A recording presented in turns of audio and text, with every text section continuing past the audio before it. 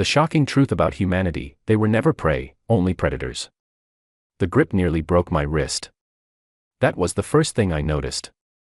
Not the smell of their station, not the strange flat lighting they preferred, not even the odd way they moved, heavy, deliberate, like every step was a small act of intention. It was the grip. Ambassador Yara Solis extended her hand and closed her fingers around mine, and something small shifted in my secondary wrist joint with a sound I hope she did not hear. She smiled. I smiled back. And in that moment, standing in the entry corridor of humanity's orbital station above a blue and green world, I told myself it meant nothing. A cultural gesture. Harmless. I was Zail Rin, senior observer for the Galactic Council, and I had been sent here because this was supposed to be easy. The briefing the Council gave me 3 weeks earlier had been thorough and completely wrong, though I would not understand that for some time. The report described humans as a Category 2 species, emerging, developing, pre-galactic in all meaningful ways. Small bodies. Short lives. Dependent on a single oxygen-nitrogen atmosphere. Limited space capability. Emotional and unpredictable in their decision-making. The Council had seen species like this dozens of times. They bloomed briefly, made contact, accepted trade terms and a protection arrangement, and then settled quietly into the larger order of things. My job was to be pleasant, offer the arrangement, and come home with signatures. I walked deeper into the station and tried to read the space the way I had been trained. A species architecture tells you almost everything. The corridors here were narrow by galactic standards, built for bodies that were not large but moved with confidence. There were no decorative panels, no soft ambient displays of art or natural imagery the way most new contact species preferred. The walls were functional. The lighting was practical. Every surface had a purpose. It reminded me, faintly, of a working vessel rather than a welcome center. Yara Solis walked beside me with her hands clasped behind her back. She was not small by human standards, I had been told. Medium height, lean, with dark eyes that moved in small quick arcs, cataloging everything around her with the same quiet efficiency I used to catalog her. I realized, after about 40 seconds of walking, that she had already clocked every member of my 4-person delegation. She had noted our body language, our spacing, which of us looked at the ceiling and which at the floor. She had done all of this while maintaining perfect, warm conversation about the docking approach and whether we had found the atmospheric pressure comfortable. I filed this observation under curiosity rather than concern. That was my first mistake. She led us to a reception chamber where a long table had been set with food, human food, which I was not expected to eat, but which she had clearly arranged as a gesture of hospitality. 3 other humans stood near the table. 2 men and 1 woman, and they introduced themselves in the same easy way Yara had. Firm hands. Direct eyes. Names offered without ceremony. Neil Hartley. Grace Adler. Owen Parrish. I catalogued them the same way I catalogued all new contacts: rank, likely function, body language. Grace Adler was watching my secondary limbs with the focused attention of someone solving an engineering problem. I made a note of this. I did not yet know what to do with it. Saturday Yara poured water for herself from a simple metal container and offered some to my delegation. The meeting began in a relaxed, professional tone. The Council's standard introduction, delivered by my aide, covering the history of galactic contact, the protection framework, the trade model, and the gentle expectation of alignment with Council norms. It was a speech designed to feel generous. It had worked 47 times. Yara listened with total stillness. She did not shift in her chair. She did not look at her colleagues for reassurance. She did not take notes. She simply watched my aide deliver the speech, and when it was finished, she said, quietly and without any change in expression, "We would like to review the terms in full before we agree to anything. We would also like to understand the exact nature of the protection you are offering. Specifically, who decides when it applies, and who decides when it ends." My aide paused. This was not the usual first question. The usual first question was about trade routes or communication technology. "Those decisions rest with the Council," my aide said. "And who sits on the Council?"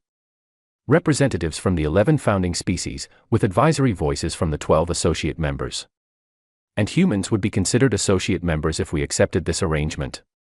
Initially, yes. Yara nodded once, slowly. So we would be accepting protection from a body we have no real voice in, under terms we had no part in writing, enforced by a framework we have not reviewed. She was not being hostile. Her tone was calm, almost friendly. But the question sat in the air of the room like something heavy had been placed very carefully on the table. It is the standard arrangement, my aide said. I understand, Yara said. We will still need to review it. I looked at her hands, folded on the table in front of her. Steady. Completely steady. And I thought of the grip in the corridor, and I thought of how far from home I was, and I thought, for just a moment, that maybe this species was going to be a little more interesting than the briefing had suggested.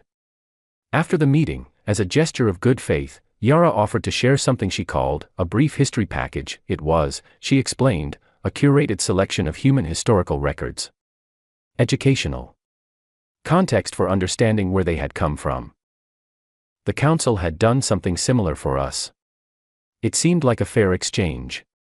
I opened the package that evening in my assigned quarters aboard the station. I closed it 50 minutes later. I sat in the dim room for a long time after that, looking at the blank wall, processing what I had seen. Not the details were almost too numerous to absorb in one session. What stopped me was the pattern. The shape of it. Every few generations, for as far back as their records went, humans had encountered something that should have ended them. Drought on a scale that collapsed ecosystems. Cold periods that swallowed their early settlements. Disease that spread across continents before they had any understanding of disease at all. Resource collapse. Rival groups. Catastrophic internal conflicts that mobilized enormous portions of their total population. And every single time, without exception, what followed was not extinction. What followed was adaptation. Sometimes the adaptation took generations. Sometimes it was brutal and ugly and came at enormous cost. But they always came through it. And they always came through it having learned something. I had studied 53 first contact species in my career. The pattern I usually saw in history packages was a curve. A species rose, struggled, found some equilibrium, and settled. The curve always flattened. It was how civilizations worked. Humanity's curve did not flatten. It kept climbing. I requested a medical consultation with my ship's physician the next morning. I described no specific symptoms. I simply asked whether prolonged review of unfamiliar historical material could produce a response in our physiology similar to what humans called unease. She told me yes, under certain conditions. I told her I might need a few days before I was ready to continue the negotiations. She asked if I was well. I told her I was not entirely sure. I went back to the window and looked down at the blue and green world below the station. It was a beautiful planet. Calm from this distance. Soft. The kind of world that looked, from orbit, like something gentle lived there. I had spent my entire career learning to read what was below the surface of things. The council trusted me precisely because I was good at that. And standing there looking at that world, something very old and very careful in the part of my mind responsible for threat assessment was sending a signal. It was a quiet signal. Just a low, steady note, like a frequency at the edge of hearing. Not panic. Not certainty. Just the feeling that something I had been told about this place was not quite right, and that it mattered very much that I figure out what it was before I signed anything on behalf of the council. I thought of Yara Solis at the table. Steady hands. Direct eyes. The question she had asked, who decides when the protection ends? I thought, she already knows the answer. She asked to see if we would tell her the truth. I stayed at the window for a long time. Below me, the planet turned slowly in its orbit, blue and green and patient, the way only very old things are patient. I did not sleep much that night. And I told myself it was the unfamiliar atmosphere pressure. I was learning, slowly, to recognize the feeling of being wrong about something important. I just did not yet know how wrong I was, or how large the thing was that I had misunderstood. That would come later. And when it came, it would not come gently. The assignment was supposed to last 3 months. I stayed for 14. The council approved my extended integration without much comment. I told them it was due diligence. I told them a species of this complexity required more observation before final terms could be recommended. Both of those things were true. What I did not tell them was that I was beginning to feel something I had not expected to feel on this assignment, which was the particular discomfort of realizing that everything you thought you understood about a situation was built on a foundation that was quietly wrong. It started with small things, the way it always starts. Yara Solis arranged a tour of what she called representative environments. She said it was so I could understand the full range of where humans lived and worked. I agreed, because observation was my function and because I thought watching humans in their natural settings would give me the data I needed to complete my recommendation. I brought 2 members of my team. We began with the northern forest zones, which were vast and cold and dark in the hours before the local star rose. Yara woke me at what she cheerfully called an unreasonable hour and handed me a cup of a hot dark liquid called coffee, which smelled extremely powerful and tasted like something between medicine and earth. She drank hers in 4 swallows while reviewing something on a small screen. She was already dressed. She had already eaten. When I asked what time she had woken up, she said 4 in the morning with the same casual tone someone uses to describe the weather. We went into the forest before full light. I want to be precise about what happened in that forest, because it is easy to describe it incorrectly and miss the point entirely.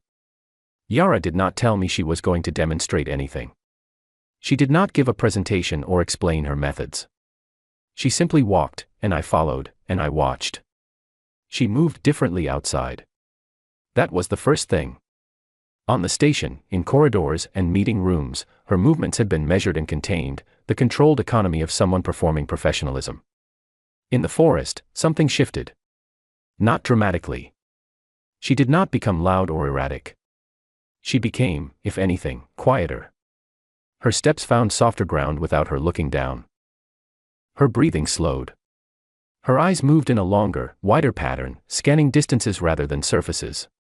She read the wind direction by tilting her head slightly, and I watched her adjust her path 2 degrees to the left afterward. I had studied their biology. I knew humans were classified as persistence predators, a hunting strategy based not on speed or strength but on endurance and tracking, following prey over distances until the prey's body gave out before the humans did. I knew this the way you know facts from a report. Standing in that forest in the cold blue hour before sunrise, watching Yara read the treeline with the ease of breathing, I understood it in a completely different way. She was not demonstrating a skill. She was being what she was.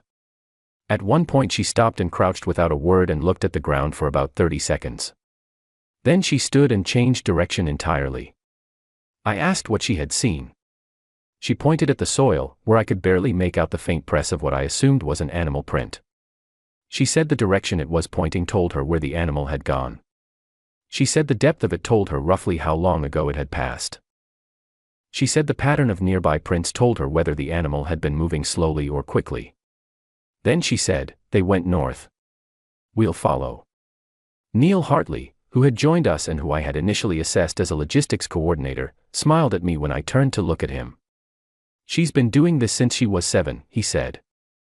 I looked at Yara's back as she moved north without looking back to see if we were following.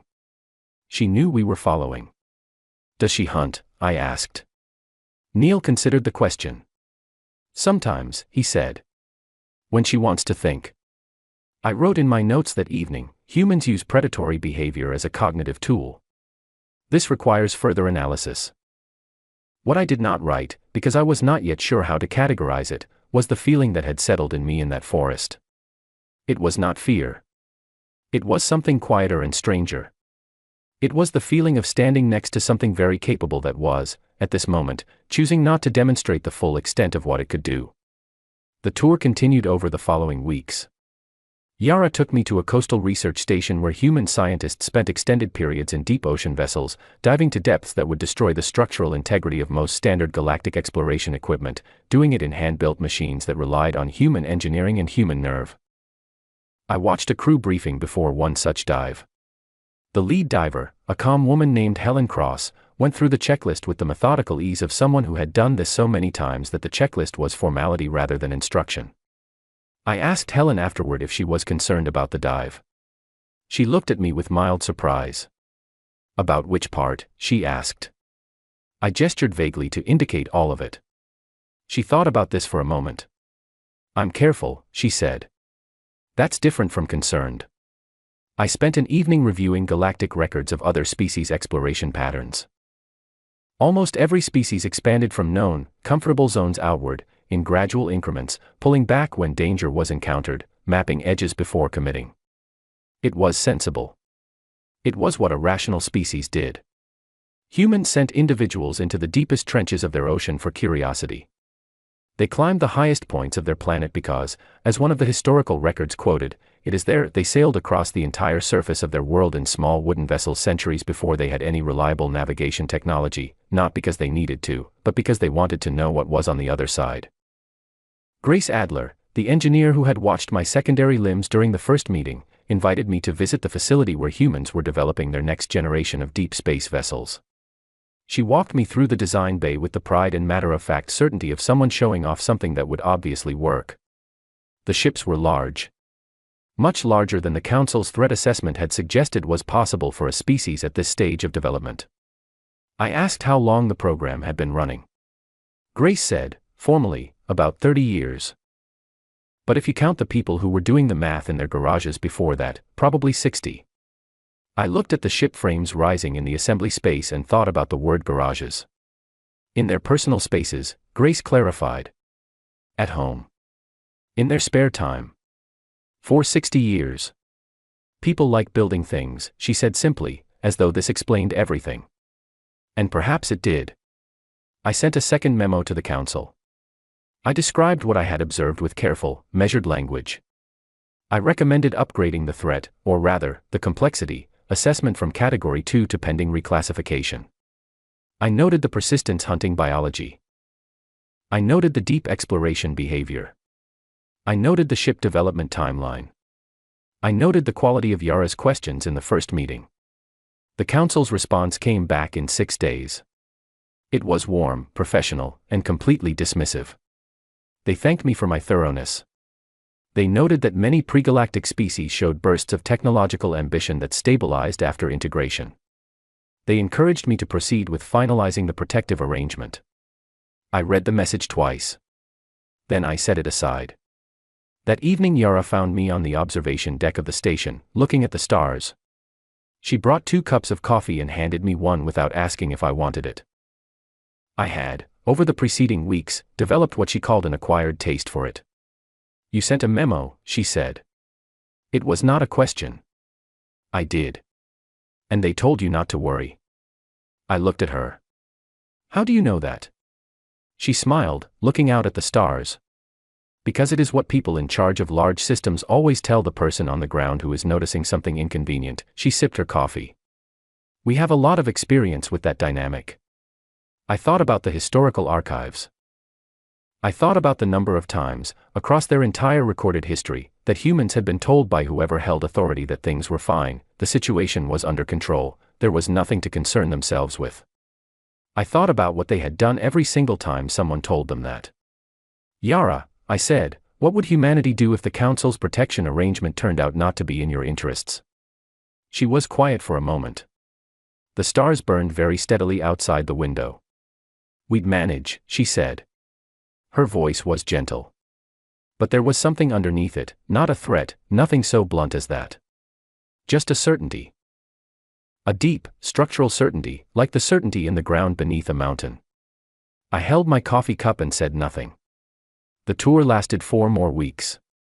She took me to the places where they grew food at scale, where they trained their emergency response teams, where they ran the simulations for scenarios nobody hoped would happen but everyone quietly prepared for.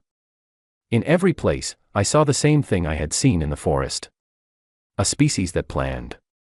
A species that thought about what came next, and next after that, and what would happen if the thing after that went wrong. They were not afraid of difficulty. They were interested in it. There was a word their engineers used constantly, problem, and the way they said it, with the slight lean forward, with the brightening of attention, told me everything about how they related to obstacles. A problem was not a wall. A problem was an invitation. On my last evening before returning to Council space to file my report, Yara walked me to the docking corridor. She stopped at the threshold, where the station's light fell off into the dark mouth of the umbilical passage. Come back, she said. The coffee will still be here. I told her I would recommend a full reclassification review. She nodded once, as if she had expected this. Then she held out her hand again, and I shook it, and this time I was ready for the grip, and it still surprised me. "Zailrin," she said, as I stepped into the passage, "whatever the council decides, we'll be fine. We always are." I walked to the ship. I did not look back, but I could feel the certainty of her standing there, calm and steady, watching me go. And I thought of every forest and every ocean depth and every garage and every ship frame and every question she had asked that first day at the table. I thought, I do not think the council understands what they are dealing with. And then, for the first time in a long career of measured, professional observation, I thought something that was not in any assessment report, not in any council guideline, not in any framework I had ever been trained to use. I thought, I hope, when this matters, that they are on my side. The transmission arrived at Council Station Oriath on a Tuesday morning, which meant nothing to me because I did not track human days, but Yara told me the day afterward, and for some reason the ordinariness of it stayed with me. Tuesday. A regular day. The kind of day on which, in their history, all the large things seemed to happen. I was in my office completing the final sections of my reclassification report when my aide knocked and entered with the look that meant something had moved faster than expected. "The Keth Dominion has raided a human settlement," he said. "A colony called Calder's Rest. Outer edge of the settled boundary." I set down my work. Casualties. Significant property loss. 41 humans taken as captives. I knew the Keth's pattern. Every species watcher in the council knew it. They were a mid-tier dominion that had built their position not through exceptional technology or diplomacy but through a specific and very old tactic. Find a new species. Strike a soft target on the edge of their claimed space. Take hostages. Deliver a demand. Let the shock of the attack and the fear for the captives do the rest. The target species, overwhelmed and unprepared for this kind of sudden pressure, would agree to almost any terms to get their people back. The Keth would extract a long-term resource arrangement, a territorial concession, and a formal acknowledgement of their superiority. Then they would disappear and leave the broken species to process what had just happened. They had done this 38 times in the past 2 centuries. 38 times, it had worked exactly as described. I stood up from my desk. "What does the human response look like?" My aide hesitated. "That is why I came immediately." He handed me the transmission record. I read it standing, because somehow sitting felt wrong. Yara had not sent the message herself. It came from a human communications office I had not dealt with before, a department called Strategic Coordination, which had not appeared in any of the briefing materials the council provided. The message was 5 sentences long. The first sentence acknowledged the raid on Calder's Rest. The second sentence stated that the 41 captives would be recovered. The third sentence informed the Keth Dominion that a human response fleet had been dispatched, not to Calder's Rest, not to the raid site, but to Keth Prime, the Dominion's home system. The fourth sentence extended an offer: if the captives were returned unharmed within 72 hours, the fleet would stand down. The fifth sentence stated that if the offer was not accepted, the fleet would arrive at Keth Prime in approximately 4 days, and they would prefer to negotiate before that happened. The transmission was signed not by Yara, but by someone called Admiral Paul Graves, commander of the Earth Defense Coordination Force. I had not known that Earth had an admiral. I had not known they had a defense coordination force. I sat down after all. The council chamber erupted, and I mean this with complete accuracy. The representatives of 11 founding species were all speaking at once, which is an extraordinary thing to witness because several of them communicate on frequencies humans cannot hear, and the overlapping noise of it was genuinely difficult to process. The alarm was unanimous. The Keth were an established power. Any direct action against Keth Prime by a pre-integration species was considered an act that could destabilize an entire sector. There were protocols. There were procedures. There was a proper order of escalation that had been designed specifically to prevent exactly this kind of direct confrontation. The council wanted to intervene. They wanted to contact both parties, establish a mediation process, and prevent what they were already calling an incident. I asked for the floor. I got it because I was the Earth specialist, and at this particular moment everyone wanted the Earth specialist to explain what was happening. "The humans are not asking for our intervention," I said. And I want to suggest that offering it without being asked may be a significant mistake. Silence, which in an 11-species chamber is equally impossible to describe. The council representative from the Varesh collective, a being of considerable experience and very little patience for what she considered naive analysis, asked me why. I said, because if we intervene now, we teach them that the council's first response to human initiative is to stop them. And I do not think this species responds well to being stopped. The Varesh representative asked what I thought would happen if we did not intervene. I think they will retrieve their people, I said. And I think the Keth will let them. On what basis, she demanded. I thought of the forest. I thought of the ships in the assembly bay. I thought of Helen Cross's face when I asked if she was concerned about the dive, and how she had said, careful. That's different from concerned. On the basis, I said carefully, that I have spent 14 months watching this species, and I have not once seen them commit to a course of action they were not prepared to complete. The chamber did not go quiet. It got louder. But the council, after considerable debate, agreed to observe rather than intervene. It was the most reluctant agreement I had ever witnessed, and it was made primarily because no one had a good answer to my question, which was, if we try to stop them, and they do not stop, what do we do next? Nobody wanted to answer that question. I stayed in the situation room for the next 4 days. I did not sleep much. I tracked what information came in through standard monitoring channels and tried to build a picture of what was actually happening in the space between Earth's fleet and Keth Prime. On the second day, a transmission came from the Keth Dominion to the Galactic Council. It was longer than human messages tended to be, and its tone was very different from the clipped certainty of Paul Graves. The Keth were asking, in the formal diplomatic language of a party that would not admit alarm but was clearly alarmed, whether the Council intended to rein in what they described as the unprovoked aggression of the primitive Earth species. I drafted the Council's response myself, with approval from the senior chamber. We are observing the situation. On the third day, a second Keth transmission arrived. Shorter this time. They asked whether the Council was aware of the size of the human fleet approaching Keth Prime. I had access to the monitoring data. I was aware. I had not included the fleet size in my briefing to the Council because I had needed a moment to process it myself. The human fleet was larger than anything the Council's threat assessment had predicted was possible for a species at their stage of development. Not marginally larger. Substantially larger. And it was organized with a precision that spoke of planning that had not begun last week, or last month, or even last year. This had been thought through. This had been prepared. The routes, the formation, the communication blackout they were maintaining, all of it had the quality of something that had been rehearsed. I thought of Grace Adler saying, if you count the people doing the math at home, probably 60 years. On the fourth day, at approximately 14 hours before the fleet's projected arrival at Keth Prime, the Keth Dominion released all 41 human captives via an unmanned transport vessel directed toward the nearest neutral waypoint. The transport was accompanied by a message to Earth Strategic Coordination Office that was 6 words long in translation: we accept your offer. Stand down. Paul Graves' response was 4 words: fleet is standing down. The humans turned around and went home. I stood in the situation room and watched the fleet indicators turn and recede on the monitoring display and thought, that was not the reaction of a species that had improvised. That was the reaction of a species that had known exactly how much pressure to apply, applied it with perfect control, and stopped the moment it was no longer necessary. I thought of Yara's voice on the observation deck. We'd manage. I asked my aide to get me the full battle logs from the fleet's deployment. He looked uncertain and asked whether we had authorization to access that level of human operational detail. I told him the humans had not classified it. He checked. They had not.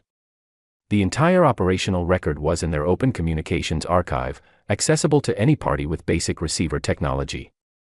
I read through the logs that evening. I want to describe what I found there, because it is important. It is not exciting in the way a recording of an action might be.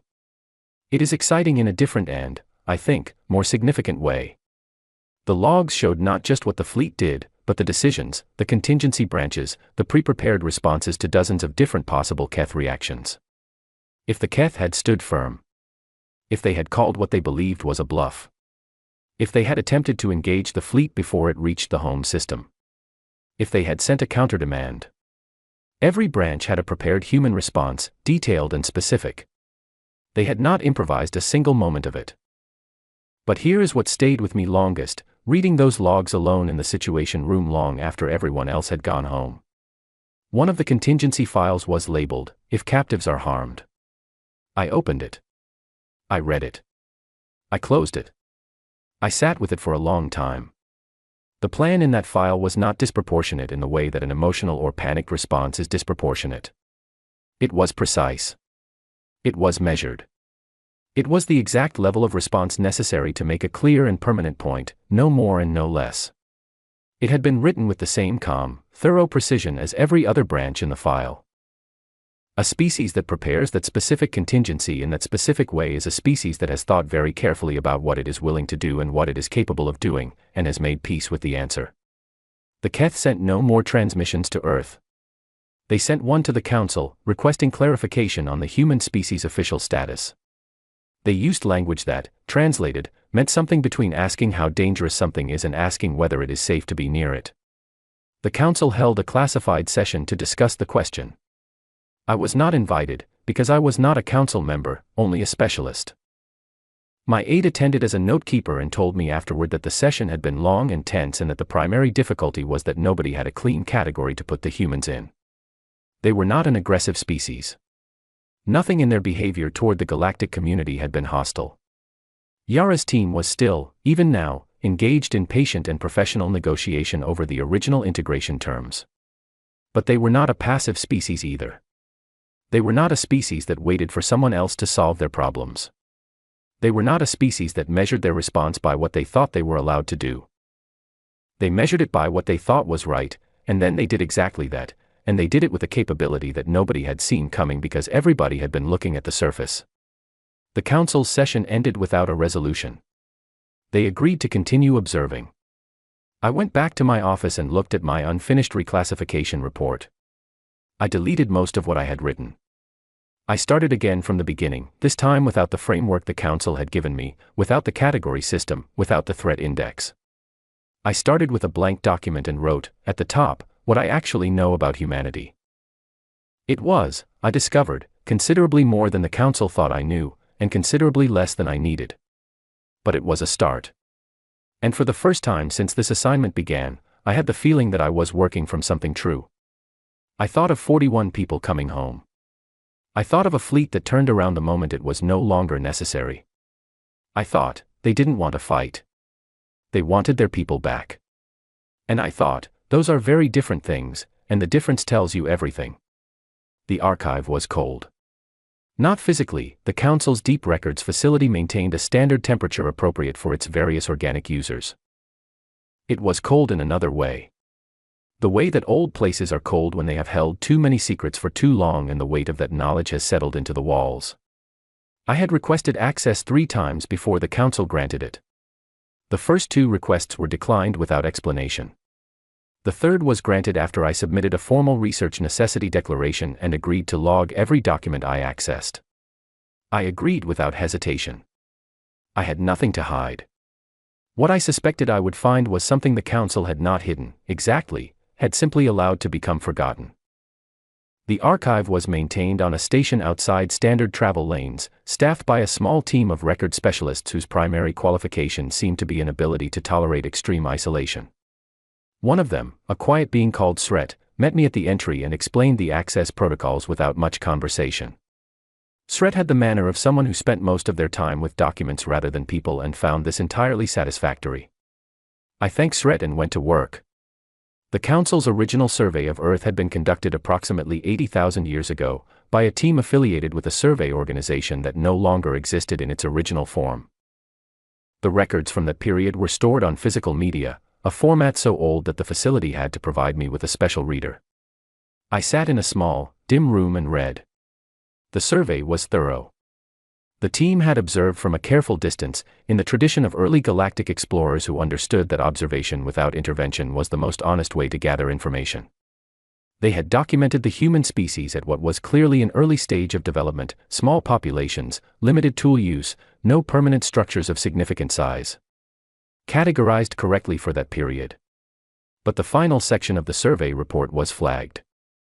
The flag had been placed there by the team's lead analyst, a name I could not pronounce in any of the standard galactic languages but which transliterated roughly as, the one who counts. The analyst had written something that, 80,000 years later, sat in that small cold room with me like a voice from a very long time ago.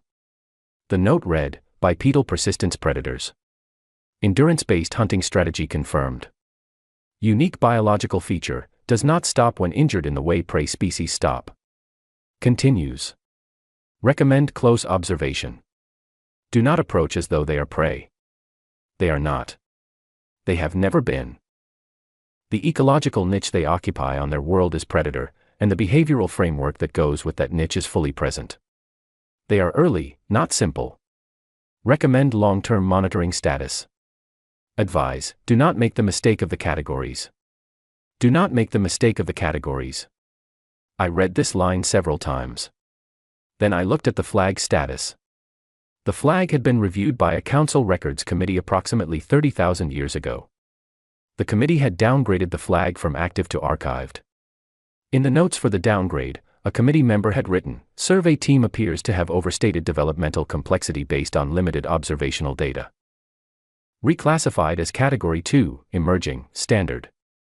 30,000 years ago, someone had looked at a warning written by a careful analyst who had spent months watching humanity and said, no, we think you are overreacting. I closed that file and opened another. It took me 3 days of searching to find what I was looking for, because it had been filed in a category labeled Miscellaneous First Contact Historical Records, a category so broad that it functioned, effectively, as a place where inconvenient things could be stored without being destroyed. The Council had, over its long history, maintained a genuine commitment to preserving records even when those records were uncomfortable. I give them credit for that. What I found, spread across 6 separate entries from 4 different eras, was a pattern. 7 different civilizations, all significantly older than the current Galactic Council, had visited Earth at various points across human prehistory. None of them had made formal contact. Each survey had ended at the observation stage. And each record, written in entirely different languages, from entirely different species, with entirely different cultural frameworks, had arrived at a variation of the same conclusion. The first, from a species the records identified only as the old shapers, now extinct, anomalous adaptive capacity. Biological threat markers present in currently non-threatening form. Do not underestimate. Advise observation only. The second, from a civilization called the Deep Chorus, species demonstrates coordinated group response to threat that exceeds biological expectation. Recommend distance maintained until development stage better understood. The third, from a very old archive associated with a species called the Vreth, now also extinct, do not engage. We made contact in error. We believed them to be early stage. They are not early stage. They are patient stage. There is a significant difference. Our mission is ending its reporting. The Vreth report ended there. There was no subsequent Vreth report from Earth. There was no subsequent Vreth report from anywhere. The Vreth's own records indicated they had experienced significant internal crisis around the same period, the nature of which was not fully documented. What remained of their archive simply stopped, the way a recording stops when someone turns it off in the middle of a sentence. I thought about the word patient stage. I thought about 14 months of watching Yara Solis. I thought about the fleet that turned around the moment the job was done. Patient stage. I understood, sitting in that cold room, what the Vreth analyst had meant. There is a category of species that seems limited because it is early, and there is a different category that seems limited because it is waiting. The first category is genuinely limited. The second category is something else entirely. The second category knows what it has and has made a long, considered decision about when to use it. I found the 6th record on my last evening in the archive. It was from a civilization called the Marin, whose current descendants were associate members of the Galactic Council, a quiet, thoughtful species that maintained their position in council affairs with great diplomatic skill and very little noise. The Marin had visited Earth approximately 20,000 years ago, at a period when humans were beginning to develop the first organized settlements. The Marin survey report was the longest of the 6. The Marin were, by nature, careful and detailed observers. They had watched from orbit for 8 months before concluding their survey. Their final report ran to several hundred pages, and I did not have time to read all of it, but I read the conclusion. The conclusion said, this species will reach the stars. This is not a prediction in the ordinary sense, it is an observation of direction. They are moving toward space capability with the same consistency that they move toward every other frontier. There is no evidence that they will stop. There is significant evidence that they are incapable of stopping, not due to lack of intelligence or restraint, but due to something in the core structure of what they are. They are oriented toward the unknown the way some biological organisms are oriented toward light. It is not a choice. It is what they are. When they arrive, the galactic community will need to make a decision about how to regard them. Our recommendation is this: do not make the decision based on what they look like. Make it based on what they do. And when assessing what they do, account for what they choose not to do. The restraint is as significant as the capability. Possibly more so. I set the reader down and sat in the dim room for a long time. The Marin had said all of this 20,000 years ago. The Council had filed it under miscellaneous. I thought about my reclassification report, waiting on my desk back at the station. I thought about how many times, in how many careful clinical words, I had been trying to say what the Marin had said in one clear, direct paragraph. Account for what they choose not to do. The restraint is as significant as the capability. I gathered my access logs, thanked Sret at the exit, and began the journey back. On the ship, I sat down at my desk and opened a direct communication channel, not to the Council, not to my aide, not to any official address. I called Yara. She answered on the second signal, which told me she was awake, which given the time difference meant she had been awake for several hours already. She was at her desk. There was coffee. Zailrin, she said. You look like you found something. I found several things, I said. I want to tell you something that the Council will not be pleased I am telling you. She waited. Steady. We knew, I said. Not this Council, not these specific individuals, but the galactic community. There have been surveys. There have been reports. For 80,000 years, people who looked at your species carefully came back and said, be careful. This is not what it appears to be. And every time, the formal record decided they were overreacting. Yara was quiet for a moment. 80,000 years, she said. Yes. She looked at something on her desk that I could not see. Then she looked back at the screen. What changed? Why is this the contact that stuck? I thought about this. I had been thinking about it since the archive.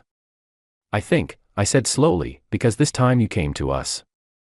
Every other survey was us going to you.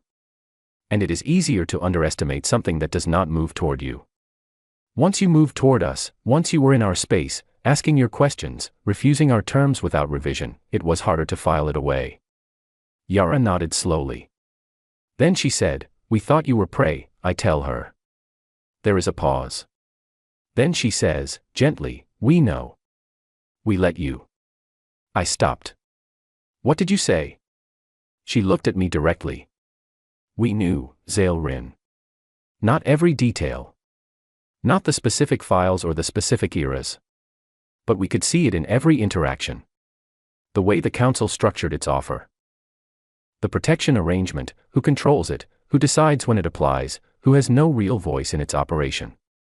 We could see that the community looking at us had decided, somewhere, that we needed to be managed rather than engaged. We let it be because there is a kind of information you can only get by watching people act on wrong assumptions. We wanted to know what you thought we were before we told you what we actually are. I sat with that for a long moment. And now, I asked. Now you know, she said. And now we can actually talk. I thought about everything in those archives. I thought about the Vreth. I thought about the old analyst who had written do not make the mistake of the categories 8,000 centuries ago. Are you angry? I asked. That it took this long. That so many people looked and looked away. She picked up her coffee. We're used to being underestimated, she said. It is honestly more useful than the alternative, she paused. The question now is what you do with what you know. What does your report say? My report, I said, is going to say something the Council has never read before in a formal specialist recommendation. She waited. It is going to say that humanity does not fit any existing category. It is going to say that the proper framework for engaging with humanity is not the protection model or the trade model or the integration model. It is going to say that the only appropriate framework is one that starts from the acknowledgement that we are dealing with an equal. Possibly, in certain respects, with something that is more than that. Yara was quiet for a moment. Then she said, "They will not like that." "I know. Are you going to write it anyway?" "Yes," I said. She smiled. It was the same smile from the first corridor, the patient one I had not understood then. I understood it now. "Good," she said. "We will be interested to read it." I closed the channel and looked at the blank document on my screen. I began to type. And this time I did not stop. I stood before the full council chamber and delivered my report without notes. I had rehearsed it, but not because I needed help remembering. I rehearsed it because I wanted to be certain that every word was the right word, that nothing in my language or pacing could be dismissed as imprecision or emotion. I had spent 4 weeks writing the report and 3 more reviewing it. I had asked my aide to read it and tell me where the weaknesses were. He had come back with very few corrections, which told me either that it was very good or that he was afraid to push back, and I chose to believe the former because I needed to. The chamber held all 11 founding species and the 12 associate representatives. There were also, by special arrangement, 3 human observers in the upper gallery, Yara Solis, Grace Adler, and a man I had not met before named Oliver Marsh, who had the still, observant quality of someone who spent his professional life assessing situations rather than reacting to them. I learned later he was a senior analyst with Earth Strategic Coordination Office. I had not told the council the humans would be present. They discovered it when they entered the chamber. Several representatives were visibly displeased. I had documented this reaction in my notes, because it told me something useful about the council's default position that I wanted on record. I began by telling the chamber that I was going to recommend something they had never been asked to vote on before. I had their attention. I told them that in my 14 months of direct observation, my 4 days in the Situation Room during the Keth incident, and my full review of the historical archive records, I had arrived at a conclusion that I was confident was correct and that they were not going to find comfortable. Humanity was not a Category 2 species.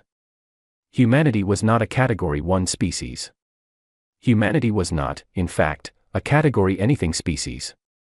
The category system, I said, had been designed by the founding members of the Council to organize species based on their assessed capability and threat level, and it had served that purpose well for most of its history. It had failed in the case of humanity not because the system was poorly designed but because it was designed with a specific assumption built into it, that a species was either developing or developed, either limited or capable, and that the position on that scale could be read from surface indicators, technology level, population spread, resource consumption, military capability as observed. The assumption was wrong. I then walked them through what I had found. Not in summaries, not in careful diplomatic softening, but in full detail. The 80,000-year survey flag that had been downgraded by a committee that had not done the observation themselves. The 6 records from other civilizations, each one a version of the same warning, each one filed and forgotten. The Marin report that said exactly what needed to be said 20,000 years ago and had been labeled miscellaneous. The Vreth. I let the chamber sit with the Vreth entry for longer than was strictly necessary, because I thought they should. Then I described what I had personally observed. I was precise. I used specific dates, specific incidents, specific words from specific conversations. The forest and how Yara moved in it. The fleet that turned around the moment the captives were free. The contingency file I had read. Helen Cross's face when she said careful is different from concerned. Grace Adler's 60 years of people doing math in their garages. The questions Yara had asked in the first meeting, and what those questions revealed about the quality of thinking underneath them. And then I told them what Yara had said to me on the communication channel, 4 weeks ago, with her coffee and her steady voice. We knew. We let you. The chamber was very quiet when I finished that section. I let the quiet sit. Then I said, humanity is not prey. They have never been prey. They are what their own planet shaped them to be over millions of years, a persistence predator of extraordinary capability, which means they do not overpower obstacles, they outlast them, which means they do not stop when injured or discouraged or vastly outnumbered, they adapt and continue. They survived everything their own planet put in front of them before they ever looked at the sky. They survived everything they put in front of each other, which was, I want to note for the record, considerably worse than anything we have presented to them. They reached us not in spite of all of that but because of all of it. But here is what the categories missed, I said. Here is what every survey that came back with a warning was trying to say. The capability is not the significant thing. The significant thing is what they have chosen to do with the capability. I watched this species for over a year. I watched them send a fleet to the edge of another civilization's home system and turn it around the moment the job was done. Not because they had to. Because they chose to. I watched them offer trade terms and sit through patronizing presentations and review documents with patience and courtesy they did not owe anyone. Not because they were afraid. Because they had decided that patience was worth it. I said, the Marin report from 20,000 years ago concluded that the restraint was as significant as the capability. Possibly more so. I agree. I would go further. I think the restraint is the most significant thing about humanity. Because the capability is something they were born with, through biology and evolution and the simple hard pressure of surviving on a very demanding world. But the restraint is something they built. It is a choice they make, collectively, every day, in the full knowledge of what they could do instead. A species that knows what it is and works that hard to be something more than only that is not something you manage. It is not something you put in a category and file and check on periodically. It is something you sit across from, with full honesty, and ask what kind of relationship they are willing to build. I recommended a Category Omega designation.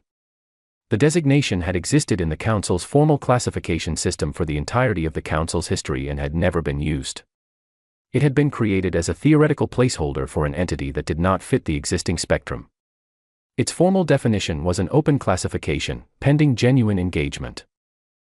I recommended that the protective arrangement be withdrawn and replaced with a mutual partnership framework, in which humanity's council representation was not advisory but full voting. I recommended that the historical archive be formally unsealed and shared in its entirety with the human delegation, including all 6 of the older civilization records. And then I said something that was not in the written report, because I had decided it only in the previous night and had not had time to put it in formal language, and because I thought the council would respond better to hearing it spoken in the chamber than reading it on a document. I said, I think they let us believe what we believed because they needed to know if we were capable of honesty. I think the entire integration process, from the moment Yara Solis shook my hand in that corridor, has been as much an assessment of us as it was meant to be an assessment of them. And I think we have been, on balance, not quite good enough. We were not dishonest, exactly. We did not intend harm. But we underestimated them based on categories we made up and then forgot we made up. We filed warnings written by careful observers because they were inconvenient. We offered protection with one hand and control with the other and called it generosity. We should have done better. We can do better now. But it will require us to understand that the relationship going forward is not one in which we are the adults in the room. It is one in which we have finally, about 80,000 years late, introduced ourselves properly. The chamber was silent for a long time after I sat down. The first vote was called after 3 hours of debate, most of which I will not describe here because much of it was the ordinary sounds of institutions adjusting their self-image, which is never a graceful process and rarely a quick one. There were representatives who insisted the fleet action was a threatening display. There were representatives who worried about what full partnership status would mean for existing council power structures. There were long discussions about precedent and about what other species would expect if they saw humanity receive terms that had never been offered to anyone else. I answered every question with the same patience I had been learning, slowly, over 14 months of watching a species that had it in ways I would never fully match. The final vote was 7-4 in favor of Category Omega status and preliminary partnership framework negotiation. It was not unanimous. It was not what I would have written if I had been writing the vote. But it was real, and it was a start, and starts are what matter. I looked up at the gallery when the count was announced. Oliver Marsh had not moved during the entire session. Yara's expression had not changed through 3 hours of debate. Grace Adler was writing something in a small book she carried, not a screen, an actual book with pages, and she kept writing for a moment after the vote before she looked up. When Yara caught my eye, she did not smile. She simply nodded once, the same nod she had given me in the first meeting, when I had told her the arrangement would require review. A nod that said, yes. This is how it goes. We will continue. The session ended. The chamber emptied. I sat for a while in my chair as the light in the room shifted toward the dimmer setting that followed formal sessions, the council's version of drawing breath. After some time, I heard footsteps. Yara Solis came down from the gallery and walked along the aisle between the council seats and sat in the chair next to mine, which was not a human chair and did not fit her comfortably, and did not seem to bother her at all. 7-4, she said. Yes. That's better than I expected, she said. I looked at her. What did you expect? 5-6, honestly. The Varesh representative's body language shifted about 90 minutes in. I wasn't sure which way she was going to go until she voted. I thought about the fact that Yara had been reading the body language of 11 different alien species from an upper gallery for 3 hours. We are going to need to share the archive records with you, I said. All of them. Including the Vreth. She nodded. We'd like that. It is not a comfortable read. We've had worse, she said easily. Then, after a pause, I want to say something to you, Zail Rin, that I want you to take as something genuine rather than diplomatic. I waited. You didn't have to do it the way you did it, she said. You could have written a report that was careful and measured and protected your position with the council and still moved things in the right direction. Slowly. You didn't do that. You stood up in that room and told an 11-species body that they had been wrong for 80,000 years and that it was time to do better, and you did it in front of us, which was a risk, and in front of them, which was a bigger one. She paused.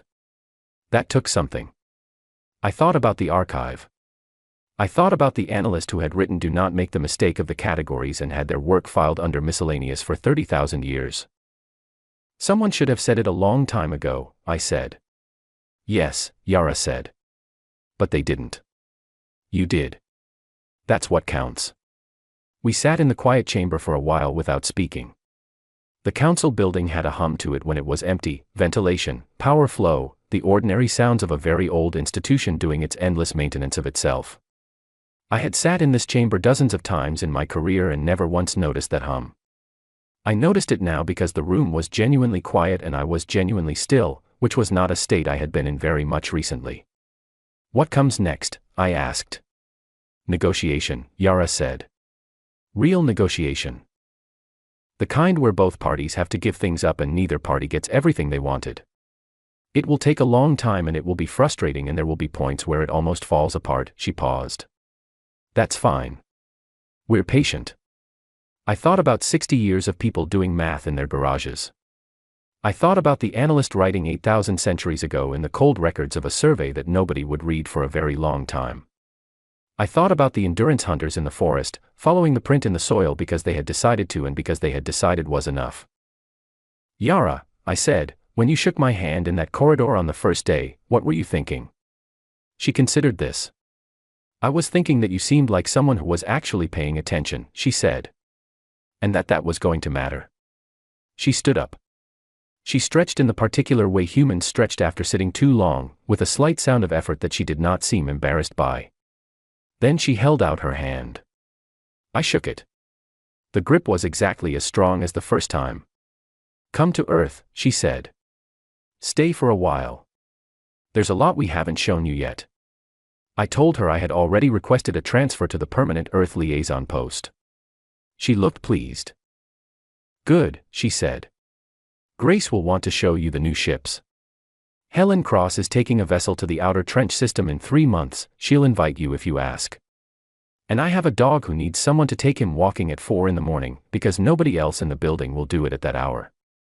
I thought of the archive room and the cold records and the long wait of everything that had been misunderstood for so long.